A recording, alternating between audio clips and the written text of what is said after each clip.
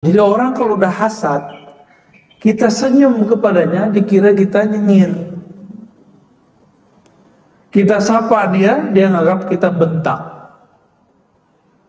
Ya, kita ingetin dia, dia menganggap kita nyinyir.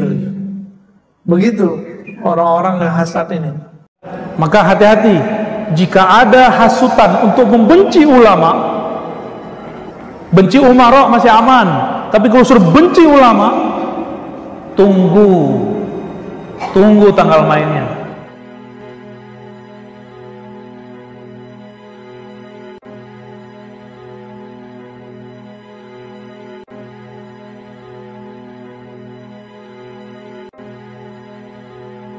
Kitab ini salah satu kitab yang diajarkan untuk santri yang sudah mulai dewasa, remaja,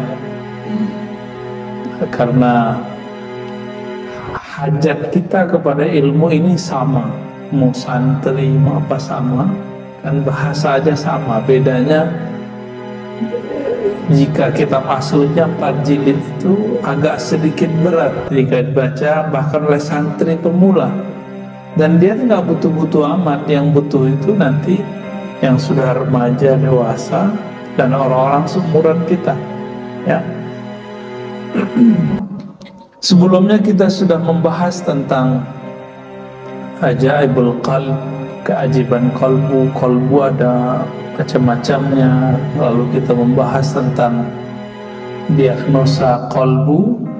Ternyata kalbu itu ada penyakit juga, ya, penyakit kalbu. Dan penyakit yang sudah kita bahas adalah al-kibr. Semoga Allah menjaga diri kita, kalbu kita, dari penyakit al-kibr, merasa diri besar, merasa diri pintar, merasa diri alim, merasa diri berpunya, bernasab, dan lainnya. Dan kita sudah bahas sebelumnya bahwa ada 7 penyebab orang bisa sombong. Nah, jika itu terindikasi ada pada diri kita, silakan diperbaharui, ya. Ada 2 dalam persoalan agama, ada 5 dalam persoalan duniawi. Kalau di kitab ini saya sampaikan saja, kalau di kitab kibr itu dibahas agak di tengah, tapi pengalaman saya, kibr itu lebih awal muncul daripada hasad, lebih awal muncul daripada ghadab. Tapi kalau di sini yang duluan dibahas itu ghadab, kemarahan. Ghadab menurut versi Imam Ghazali itu melahirkan sifat hiqd. Hiqd ini di atasnya dengki. Kalau dengki ini masih di hati, hiqd ini sudah punya semacam siasat untuk menghancurkan orang yang dia gak suka. Maka itu masih bagian dari ghadab, emosi yang tinggi atau marah. Maka saya susun ini versi kita, Pak, walaupun kitabnya sama. Orang setelah dia punya penyakit kibr, sombong, makanya muncul biasanya emosi yang tinggi. Ketika dia merasa tidak dihargai, dia emosi, ya. Maka lalu muncul hiqd, nanti ingin menyerang orang yang dia murkai itu.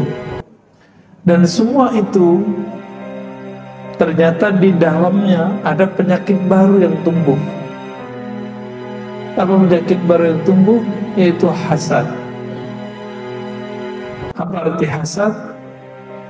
Iri.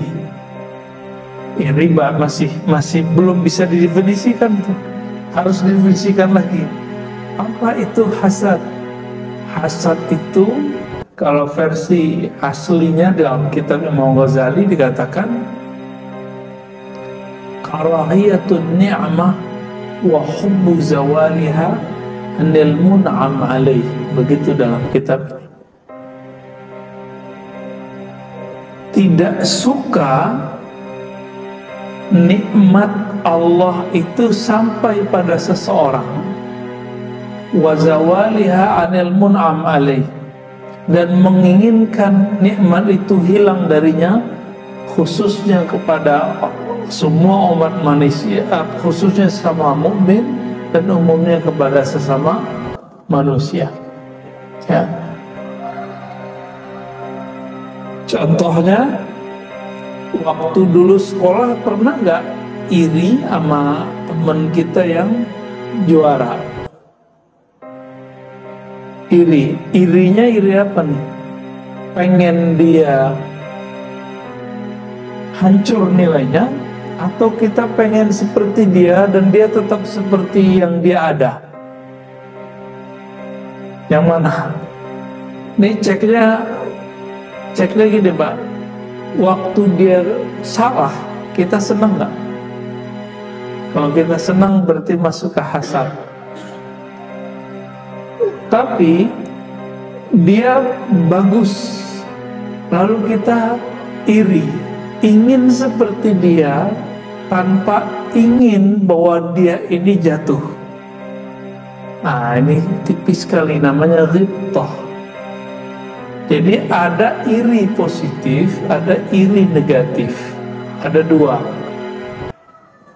Iri yang negatif tidak suka nikmat sampai kepada hamba Allah dan ingin nikmat itu hilang.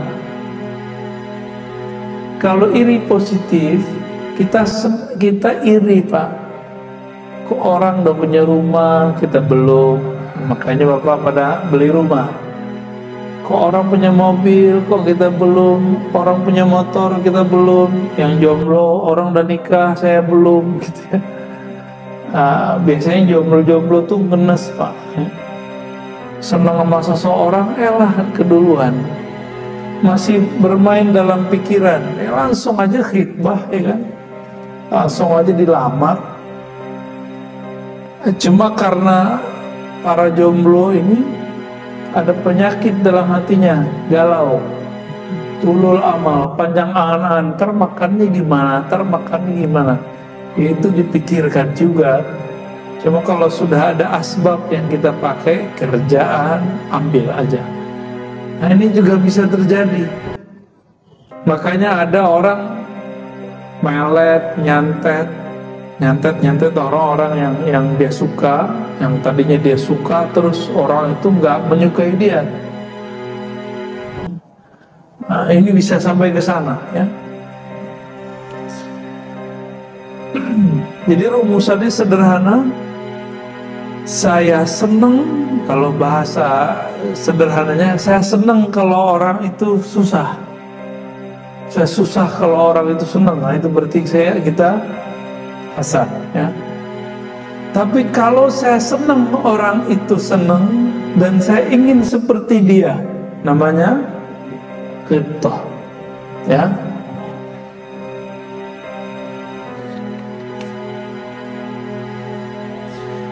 Yang pertama, kita tidak senang dengan kebahagiaan orang, dengan nikmat yang orang dapatkan. Ini haram hukumnya. Dan itu dicela di dalam Al-Quran. Al-Quran menyebutnya min syarri hasidin idza hasad. Jadi aku berlindung dari keburukan orang yang hasad jika dia hasad. Allah menyebut bahwa orang ini adalah makhluk terburuk. Dan a'udzu birabbil falaq min syarri ma khalaq. Aku berlindung kepada Allah pencipta pengatur falak. Falak itu cahaya di subuh hari. Dari seburuk-buruk makhluknya. Seburuk makhluknya itu salah satunya siapa? Orang yang hasad. Bahaya Pak, sangat bahaya. Dan di dalam Al-Quran yang diceritakan orang yang hasad itu bukan orang yang punya duit. Hasad kepada orang yang lain punya duit itu nggak banyak. Yang banyak itu adalah cerita ahli kitab berilmu itu iri dengan Nabi Muhammad SAW yang dapat ilmu. Apa maksudnya? hasadnya orang berilmu lebih bahaya daripada hasadnya orang yang cinta harta. Nah, ini bahayanya.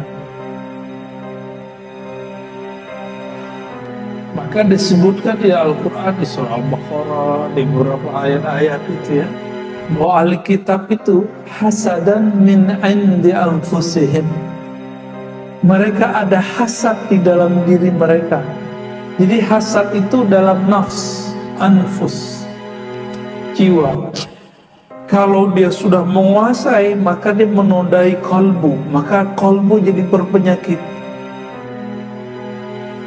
Jadi di kolbu itu nggak ada hasadnya, yang ada tuh cuma efeknya, kiber, sombong.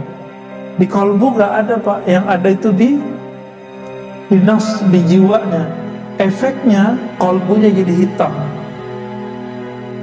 Itu yang disebut penyakit kolbu. Jadi kolbu ini betul-betul merana, tersiksa jika ada dona-dona hitam itu masuk ke dalam lingkaran kolbu itu. Nah, salah satu yang paling menyiksa kolbu adalah jika nafs jiwanya iri kepada orang lain. Nah,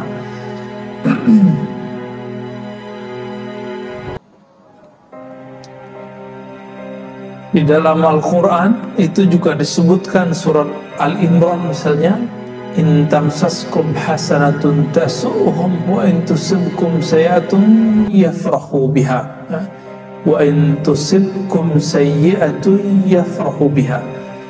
Jika kamu mendapatkan kebaikan, itu membuat mereka merasa kamu sakiti. Jadi orang hasad itu nggak perlu kita sakiti Pak. Kita dapat nikmat aja jadi tersakiti. Gimana tuh?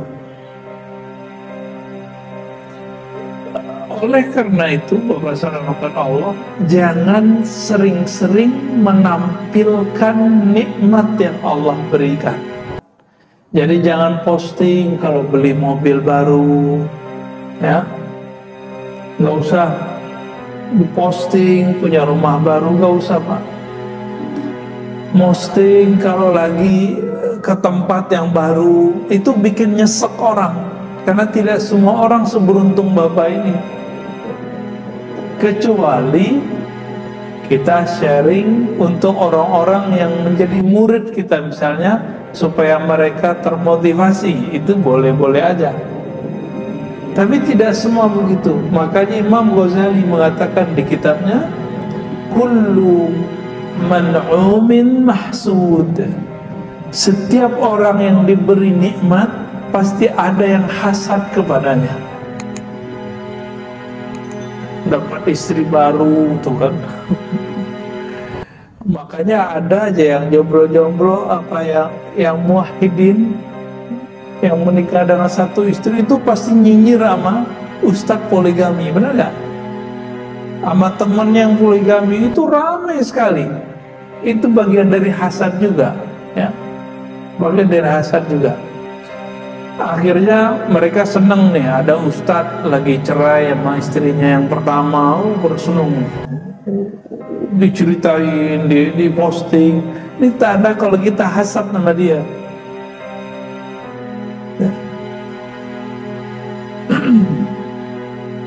Adapun dalam persoalan duniawi, Bapak Saudara Allah, rasa iri tadi lalu membuat kita pengen seperti dia, lalu kita bersaing, itu boleh-boleh aja.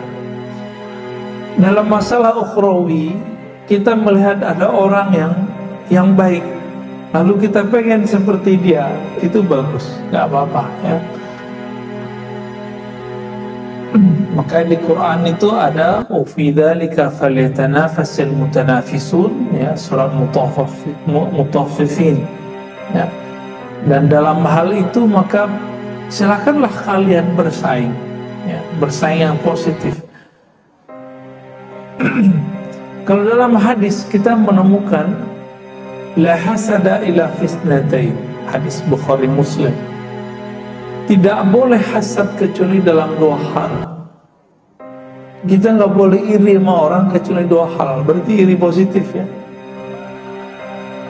Coba lihat Al-Quran, Sunnah mengajarkan adab yang positif dari iri.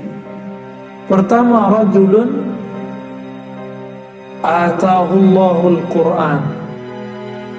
Ada orang yang Allah berikan ilmu terhadap Al-Quran, fayatluhu ana al-laili wa ana an-nahar. Lalu dia membacanya siang dan malam. Dia mempelajarinya siang dan malam. Bapak, kalau ngelihat ada orang baca kitab bahasa Arab gundul, iri nggak Pak? Harus iri. Kalau nggak iri, ya berarti nggak ada hasad yang positif dalam diri kita. Saya melihat iri itu sudah lama. Semenjak umur 10 tahun saya melihat guru saya bisa baca kitab yang dibaca kitab Al-Hikam. Ada perasaan terpendam dalam hati, pengen baca nih kitab. Gimana caranya? Pas kita lihat kayak cacing Pak. Ini ada barisnya nih.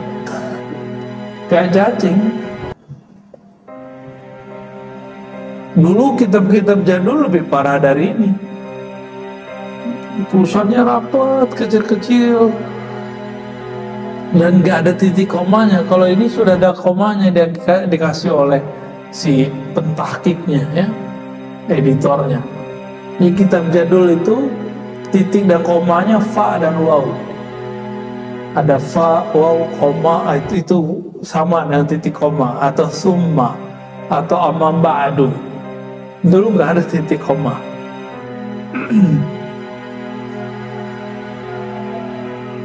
Kalau kita melihat ada orang bisa berzikir setiap hari, dia punya guru mengajarkan dia zikir, kita iri nggak? Ini dia belajar zikir apa sih? Ini contoh nih, mohon maaf ya, antara azan dan iqamah itu ngapain? Bengong, berzikir. Zikir apa? Ya zikir aja, nggak jelas gitu. Orang kalau dia punya guru zikir, itu gurunya akan bimbing dia, nih baca. Oh hadisnya kan banyak Ustaz.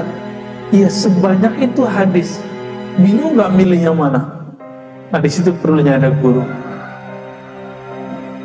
Biasanya kalau sudah ada guru, kita akan istiqomah mengamalkan satu zikir sampai zikir itu berbuah, baru pindah ke zikir berikutnya. Harus iri sama orang begitu, iri yang positif.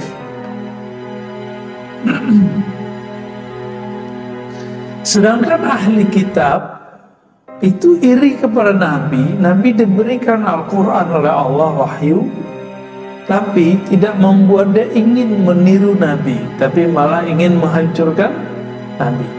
Iri yang kedua yang boleh ya, rajulun atahullahu ma'alam. Seseorang yang Allah berikan harta, fayatasaddaq bihi ana al-laili wa ana an-nahar. Lalu orang ini berinfak,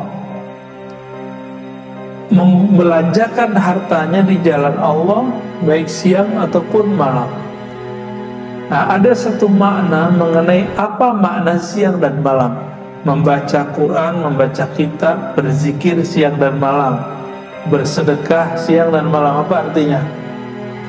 Ternyata dalam beberapa makna di kitab disebutkan beramal di siang itu maksudnya ketika orang melihat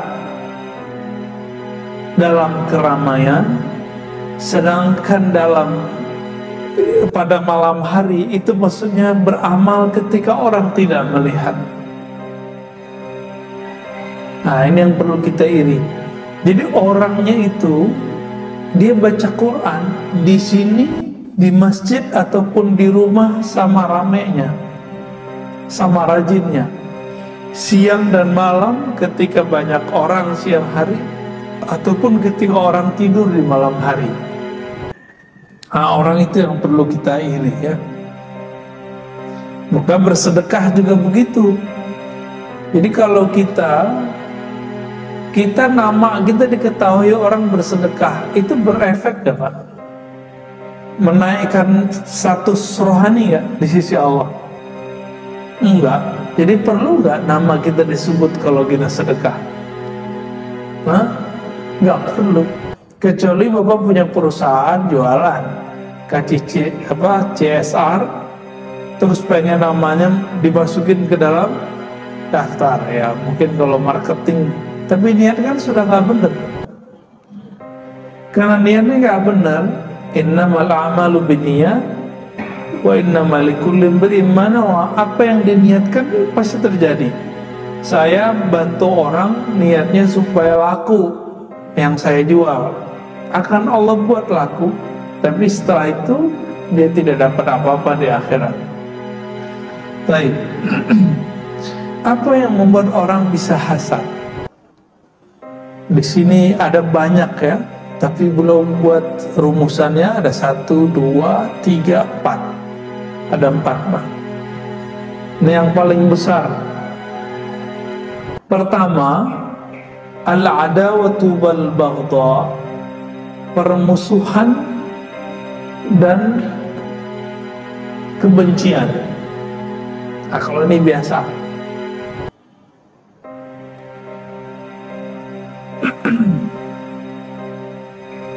Yang kedua, ta'azzuz. Ta'azzuz ini merasa diri itu mulia, merasa diri pantas, yang lain nggak pantas. Maka ada 2 orang, satu alim, satu juga alim, cuma senior junior. Ketika si junior lebih sukses daripada seniornya, ya si juniornya beli kendaraan sebelum seniornya. Apa kata seniornya? Kok kamu nggak minta izin kepada saya? Loh, apa hubungannya? Itu bisa terjadi Pak. Dia menganggap kalau dia senior, maka si junior harus minta izin kepadanya. Iya, kalau dia pakai jalannya si senior wajar. Misalnya gini, Bapak beli rumah, terus beli mobil. Mobil itu ngelewatin jalan tetangga, cuma satu-satunya itu jalan. Baru kita minta izin kepada si tetangga ini. Mohon izin Pak, saya mau beli kendaraan, ya, nanti pasti lewat di rumah Bapak, mungkin berisik gitu misalnya. Nah itu bagus, itu gak apa-apa. Ini kalau yang tadi apa urusannya? Nah itu masalah ta'azzuz. Jangankan itu, kadang kita pakai baju bagus aja dianggap nggak zuhud, ya, dianggap belagu. Jadi orang kalau udah hasad, kita senyum kepadanya, dikira kita nyinyir. Kita sapa dia nganggap kita bentak. Ya, kita ingetin dia menganggap kita nyinyir. Begitu orang-orang yang hasad ini. Jadi serba salah sama orang hasad ini. Kita diem, dianggap kita ngapain? Sombong. Terus dia maunya kita apa gitu. Ini masalah hasad. Dan mohon maaf, hidup bertetangga itu akan muncul sifat-sifat ini. Jadi harus diantisipasi dengan cara silaturahim. Silaturahim, ngobrol jangan berlebihan. Ngobrol sepantasnya. Kita nanya sama teman, kamu kerjanya apa? Kerjanya disebutkan, oh itu kerjaan orang gaji sekian ya, gitu. Gajinya paling sekian. Itu kata-kata bahaya itu Pak, bisa nyinggung dia. Kita ngomong sama teman, oh kamu ngajar di mana? Oh di sekolah ini. Itu sekolah pelarian ya. Tuh kata-kata begitu nggak perlu keluar Pak. Nah, itu bisa nyinggung mereka. Syukur-syukur orangnya tidak hasad. Kalau dia hasad bahaya. Ya. Jadi apa yang berarti ta'azzuz? Ta'azzuz merasa diri mulia, merasa diri pantas, dan dia merasa orang lain tidak pantas.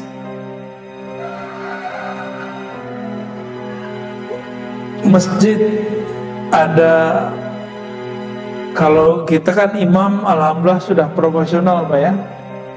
Tapi kalau di kampung-kampung kan enggak. Di kampung-kampung yang jadi imam itu kan masyarakat yang pilih. Tiba-tiba si imam yang biasa nggak datang, maka naiklah tetangga kita. Kita mau apa? Oh dia nggak pantas tuh.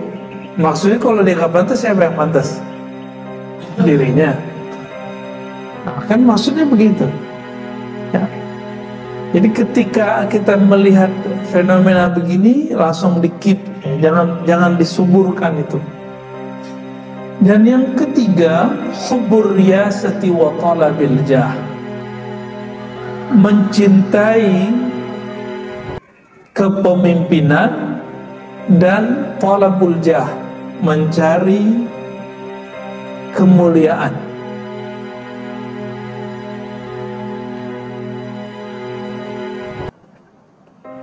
Sebenarnya orang-orang kaya yang masuk ke dalam dunia partai itu dia nyari apa Pak? Dia duitnya udah banyak.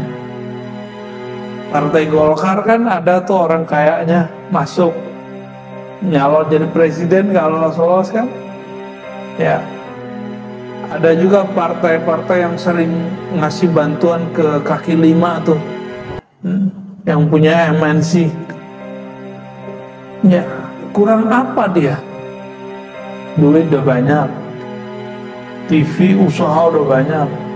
Apa kurangnya dia? Istri cantik, mobil banyak, rumah bagus. Kurangnya apa? Dia nggak kurang apa-apa Pak.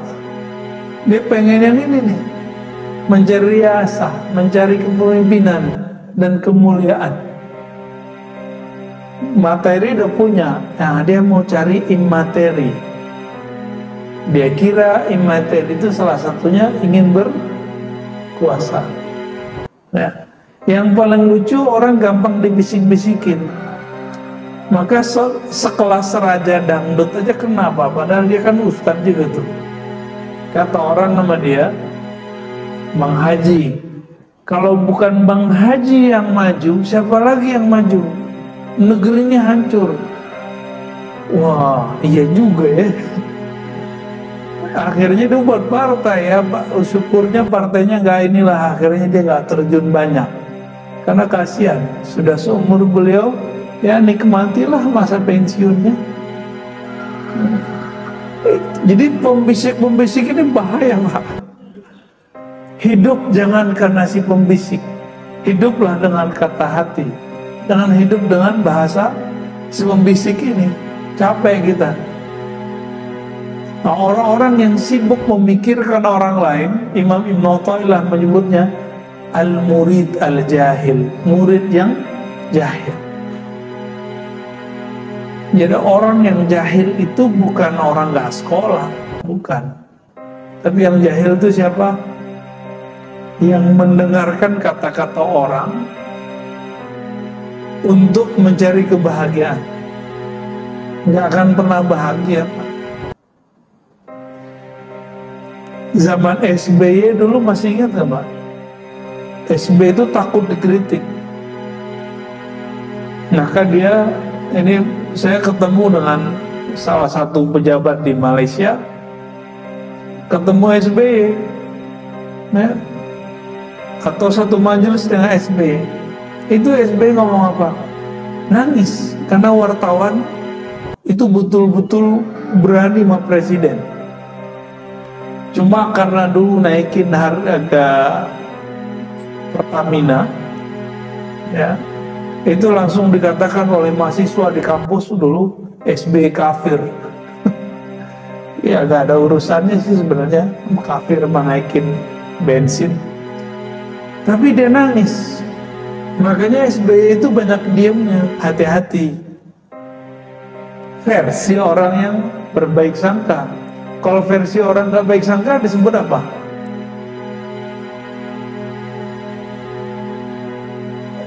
Kalau kita nyebut dia nih lamban, nah ini versi siapa nih?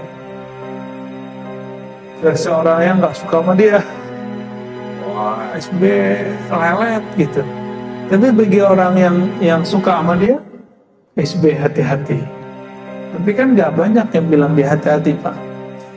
Nah, giliran ada Yusuf Kala, kemudian sekarang presiden sekarang nggak banyak diamnya, banyak kerjanya, salah juga. Jadi nggak ada di dunia ini orang akan benar terus. Tidak akan ada di dunia ini orang dipuji oleh semua orang. Nggak bakal mungkin, ya. Maka masyayikh kita dulu sering membacakan sebuah kalam-kalam mahfuzat, ya. Ridwan nas, ya, ghayatun la tudrak. Ridho semua orang itu adalah tujuan yang tidak akan pernah engkau capai.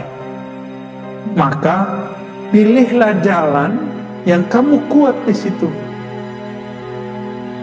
Jangan mencela-mencela nggak jelas, Pak. Pilih jalan yang di situ pasti ada orang yang suka, di situ pasti ada orang nggak suka. Jalan kita jelas. Maka waktu saya mengajar kitab-kitab ini, kitab Tazkiyatun Nafs, Riyadhutun Nafs, kitab tasawuf kata orang, kitab zikir, kitab hikam yang wata'illah, itu sahabat saya ngomong, banyak kita, bukan 1-2 orang. Antum nggak takut nanti dibenci oleh kelompok fulan, kelompok seberang, gitu. Jawaban saya, Bapak,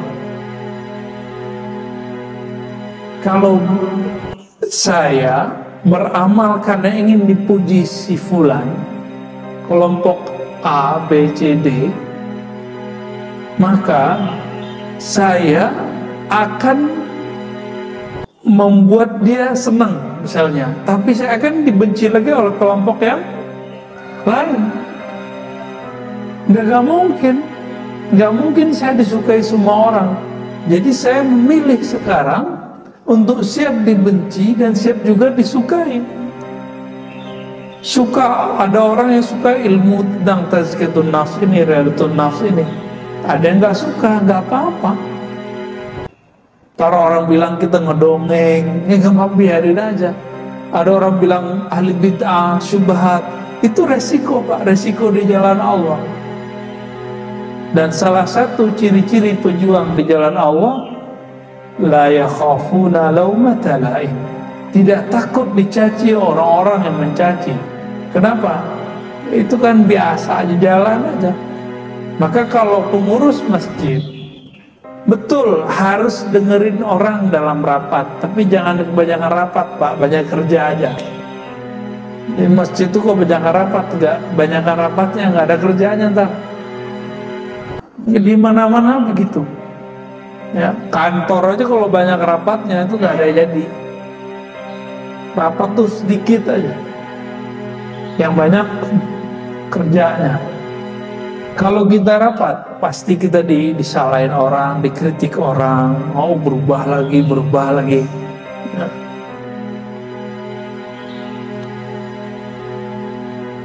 Bi'ayyakuna munfaridan adiman nazari ghaira musyarakin fil manzilah.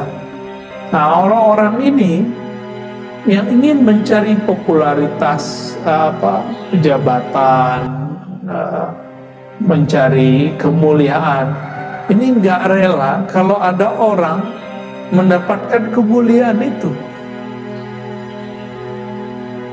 Kalau dia satu aliran, Mbak, kalau ini dalam bab keagamaan, ya, jadi keagamaan ini bisa kena nih. Dai sama dai masih sepaham nih, ahli sunnah. Dia akan mengatakan, oh si Anu tuh nggak pantas ngajar ini, dia nggak pakar. Yang pakar maksudnya dia sendiri yang pakar. Tuh. Bisa begitu Pak. Ini udah sepaham nih, udah sama-sama Ahlus Sunnah, udah oke lah pemahamannya, masih bisa iri begitu. Apalagi kalau tidak sepaham, kira-kira gimana? Satu Ahlus Sunnah manhaj akidahnya Asy'ariyah, satu ngaku Ahlus Sunnah manhajnya Salafiyah. Salah nih Pak, salah apa itu? Si Asy'ari bantah Salafi, si Salafi ngata-ngatain Asy'ari, begitu terus. Dia nggak rela si Salafi ini naik, sebagaimana si Salafi nggak rela si Asy'ari ini naik. Begitulah terus. Apalagi muncul Sufi, merasa nggak pantas. Apalagi nanti ada nih cara-cara untuk menjatuhkan dia, beda pilihan politik. Maka antum lihat aja sekarang di YouTube habaib dengan habaib tengkar. Intinya sebenarnya adalah luka lama beberapa tahun yang kemarin, setahun berapa tahun kemarin ya. Karena beda pilihan politik, sekarang cari-cari kesalahan. Oh, ketemu nih kesalahannya. Nah, itu diekspos terus, tengkar. Ya kita sedih juga sih ngeliat habaib kok tengkar-tengkar. Tapi ini menunjukkan habaib itu yang suci darahnya, tapi pemikiran dia kan belum tentu suci. Ya, manhajnya, mazhabnya belum tentu suci. Dia sama kayak kita, persis sama, nggak jauh beda. Habaib nggak ngaji ya bodoh. Habaib ngaji ada dua kebaikan. Udah habib berilmu, dua manzilahnya, manzilatani. Kalau kita kan dapat satu doang Pak. Nah, cuma kalau rohani kita bagus, bisa jadi kita pewaris rohani. Mereka juga pewaris jasmani. Lebih kekal yang mana, jasmani sama rohani? Rohani. Maka Nabi mengatakan pewarisku bukan zuriatku. Nabi mengatakan pewarisku ulama, al-ulama warasatul anbiya, ya. Jadi kalau beda faham, beda aliran, oh bisa kalimatnya begitu. Syubhat, ahli bid'ah, sesat, bisa begitu Pak. Udah sering lihat ya di YouTube ya. Pasti sering lihat gitu ya. Kalau dia sefaham tapi beda popularitas, nah, nanti paling mau jatuh-jatuhin. Nah, ini agak sedih kita ngelihatnya ya. Dan yang terakhir, penyebab orang bisa hasad, khabathun nafs wa syuhuha bil khair li ibadillah. Ini yang paling parah. Emang pada dasarnya hatinya busuk gitu, kalau bahasa Indonesianya. Tapi kalau terjemahan harfiahnya, jiwanya itu kotor. Khabathun nafs wa syuhuha bil khair li ibadillah. Dan rasa kikirnya yang pelit terhadap hamba Allah, bihaitsu yashqu alaihi ayyusafa indahu husnu hali 'abdin fi ma'unima alaihi. Bagi dia susah menerima kalau ada orang mendapatkan kebaikan. Seorang dai, seorang artis itu nyesek Pak, si public figure ini. Kalau melihat si artis atau public figure atau si ustadz yang lain itu populer muncul, nyesek bagi dia. Ini ciri-cirinya, ya. Makanya mereka betul-betul jor-joran untuk menghabiskan dirinya, untuk membuat followernya senang, ya. Nauzubillah min dzalik.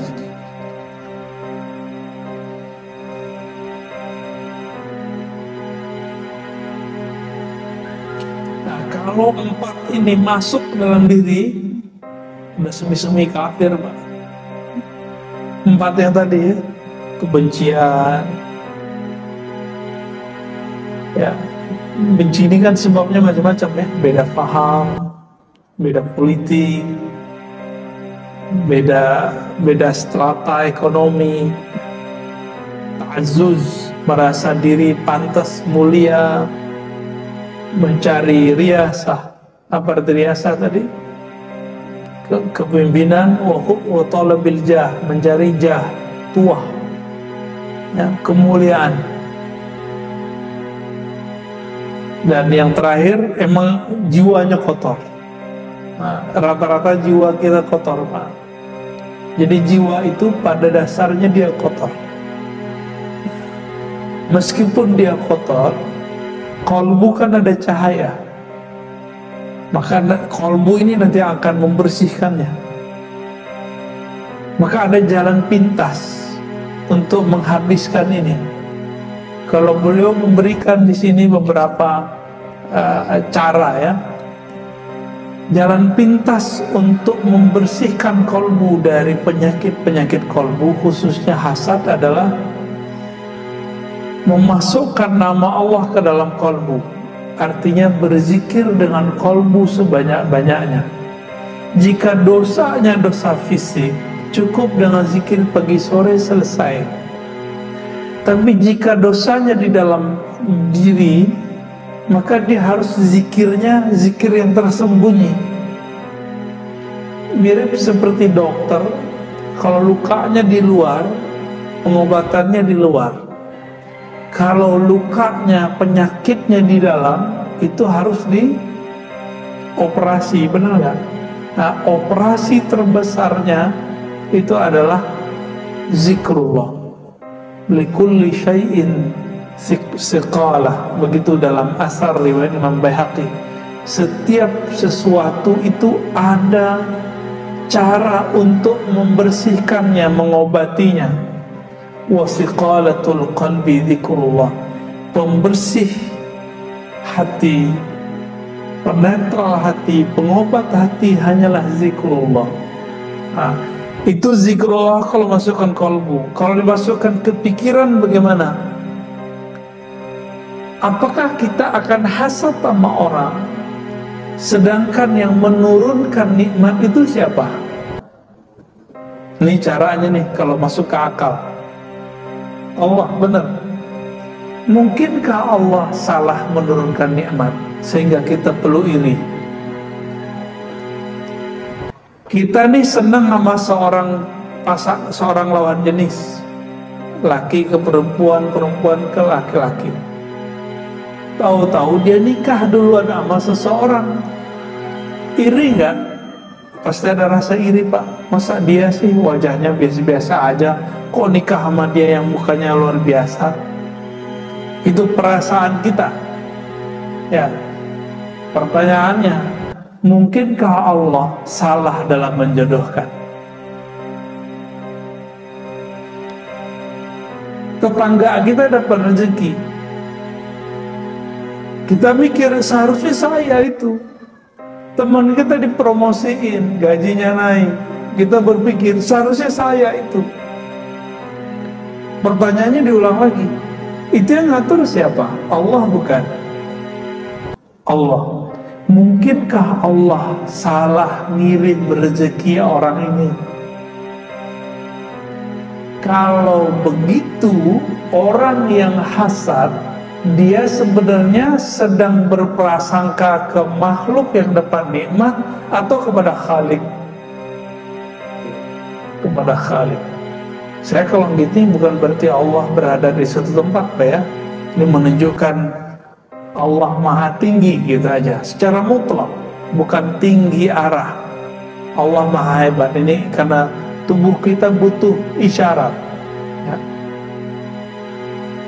Jadi orang yang hasad itu, dia sebenarnya berprasangkanya ke siapa? Ke Allah. Itu masalah dia. Maka dosanya orang hasad ini bukanlah karena dia jahat ke makhluk Allah saja, tapi dia salah memahami tentang Allah. Dia menuduh Allah itu salah kirim. Dan saya sudah berulang-ulang mengatakan, Allah itu apakah kalah canggih daripada JNE, Tiki, Pos? Itu kalau kita ngirim barang, namanya kita tulis, jalannya, rumahnya, kita kirim, nyampe nggak Pak? Mungkin ketuker nggak? Persentasenya berapa tuh ketuker? Kecil sekali. Ya mungkin 98% itu nyampe semua. Paling 2% rusak atau meledak di tenggelam gitu ya, atau busnya hancur yang bawa. Tapi di luar itu gimana? Banyak nyampe nya kan? Itu yang tiap hari pesan-pesan Lazada, tiket.com, ibu-ibu tuh. Ya, mas-mas ini juga kayaknya sama kayaknya. Itu gimana? Salah kirim nggak dia? Enggak, paling salah kirim barang. Ya, kita pilih warna merah, dia kirim warna biru. Tapi nyampe barangnya. Kenapa?